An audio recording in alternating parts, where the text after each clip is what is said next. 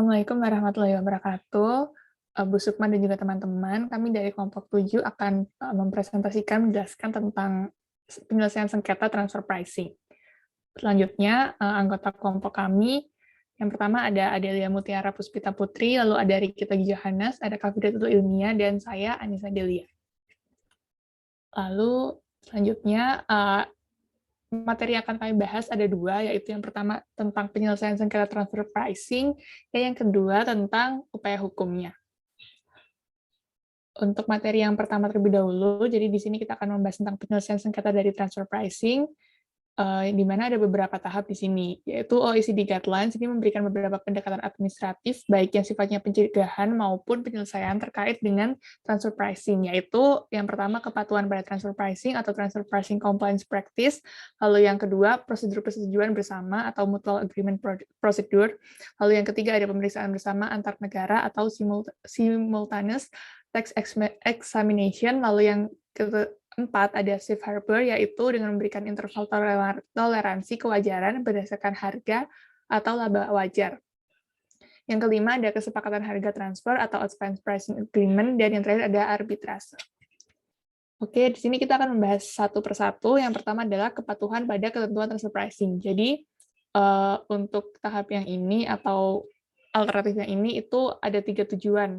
Yang pertama adalah untuk mengurangi kesempatan untuk tidak patuh, lalu yang kedua untuk memberikan pedoman kepatuhan, dan juga yang ketiga untuk mengenakan sanksi bagi yang tidak patuh. Selanjutnya akan dijelaskan oleh teman saya. Nah, untuk mencegah sengketa transfer pricing, OECD menyarankan tiap-tiap negara melengkapi undang-undang domestik dengan ketentuan transfer pricing. Nah, ketentuan tersebut mengatur mengenai misalnya pemeriksaan pajak, kemudian beban pembuktian dan sanksi, serta solusi penyelesaian permasalahan transfer pricing. Next.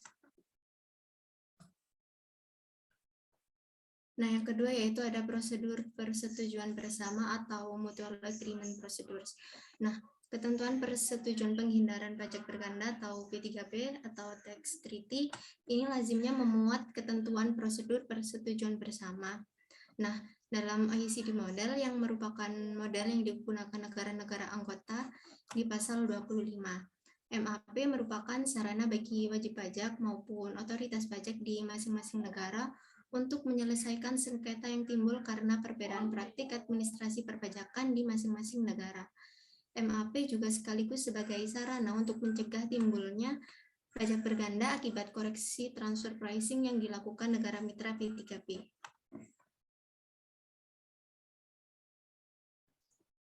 Lalu yang ketiga ada pemeriksaan bersama antar negara.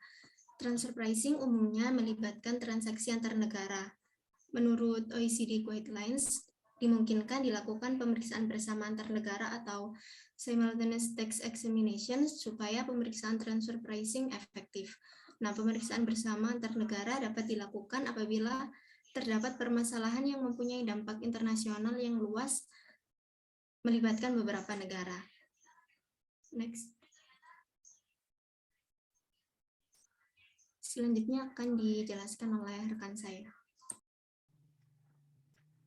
Yang selanjutnya ada safe harbor, yaitu memberikan interval toleransi kewajaran atau suatu harga atau laba dianggap wajar. Safe harbor diberikan dalam bentuk interval atas dan bawah. Jika harga atau laba berada di antara interval tersebut, maka dianggap wajar. Misalnya, interval harga suatu barang ditetapkan 10 juta sampai dengan 20 juta. PTA perusahaan di Indonesia mengimpor barang tersebut dari B, induk perusahaan dengan harga 15 juta.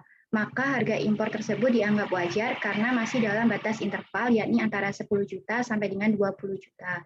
Penerapan safe harbor harus mempertimbangkan beberapa faktor, diantaranya kepatuhan, kepastian, dan administrasi yang sederhana. Next.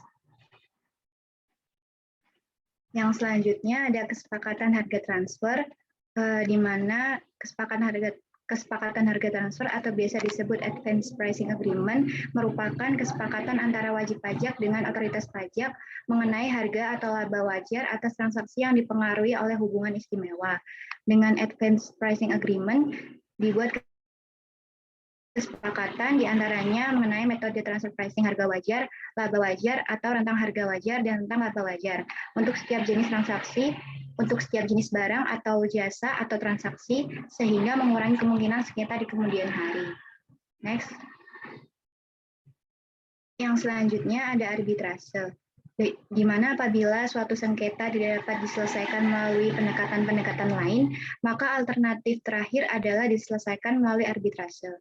Sarana arbitrase ini dimuat dalam persetujuan penghindaran pajak berganda atau tax treaty. Dalam OECD model, ketentuan arbitrase diatur dalam pasal 25 ayat 3, di mana dalam ketentuan tersebut diatur jika terdapat sengketa yang tidak dapat diselesaikan melalui prosedur persetujuan bersama atau mutual agreement prosedur, maka masalahnya dapat dibawa ke arbitrase, di mana prosedur persetujuan bersama yang telah dijelaskan di atas merupakan prosedur administratif yang dilakukan oleh pejabat yang berwenang dari Indonesia dengan pejabat yang berwenang dari mitra P3B untuk menyelesaikan sengketa perpajakan yang timbul sehubungan dengan penerapan P3B. Namun tidak semua P3B diatur mengatur tentang sarana arbitrase. Contoh P3B di Indonesia yang memuat ketentuan arbitrase adalah P3B Indonesia dengan Meksiko. Next. Yang selanjutnya akan dijelaskan oleh teman saya. Selanjutnya adalah perihal upaya hukum. Oke, dalam praktik perpajakan di Indonesia, penyelesaian sengketa transfer pricing dapat ditempuh melalui upaya hukum dan mengajukan prosedur persetujuan bersama, yaitu mutual agreement procedure. Upaya hukum ditempuh dengan cara mengajukan keberatan, banding ke pengadilan pajak, dan peninjauan kembali ke Mahkamah Agung. Bagi penduduk dari negara yang mempunyai persetujuan penghindaran pajak berganda atau P3B atau tax treaty dengan Indonesia, dapat menggunakan sarana prosedur persetujuan bersama atau mutual agreement procedure. Nah, dalam upaya hukumnya ada 3 tahapan. Yang pertama mulai dari awal itu adalah keberatan, di mana keberatan sendiri diajukan ketika wajib pajak tidak setuju dengan SKP atau surat ketetapan pajak. Lalu yang kedua bisa melanjut kepada banding atau tahap banding. Nah, ini diajukan ketika wajib pajak tidak puas dengan keputusan keberatan atau diajukan ke pengadilan pajak. Lalu yang terakhir adalah PK. Nah, diajukan ketika tidak puas dengan keputusan dari pengadilan pajak atau upaya hukum terakhir yang dapat dilakukan oleh wajib pajak. Sekian presentasi dari kelompok kami, kurang lebihnya mohon maaf. Terima kasih.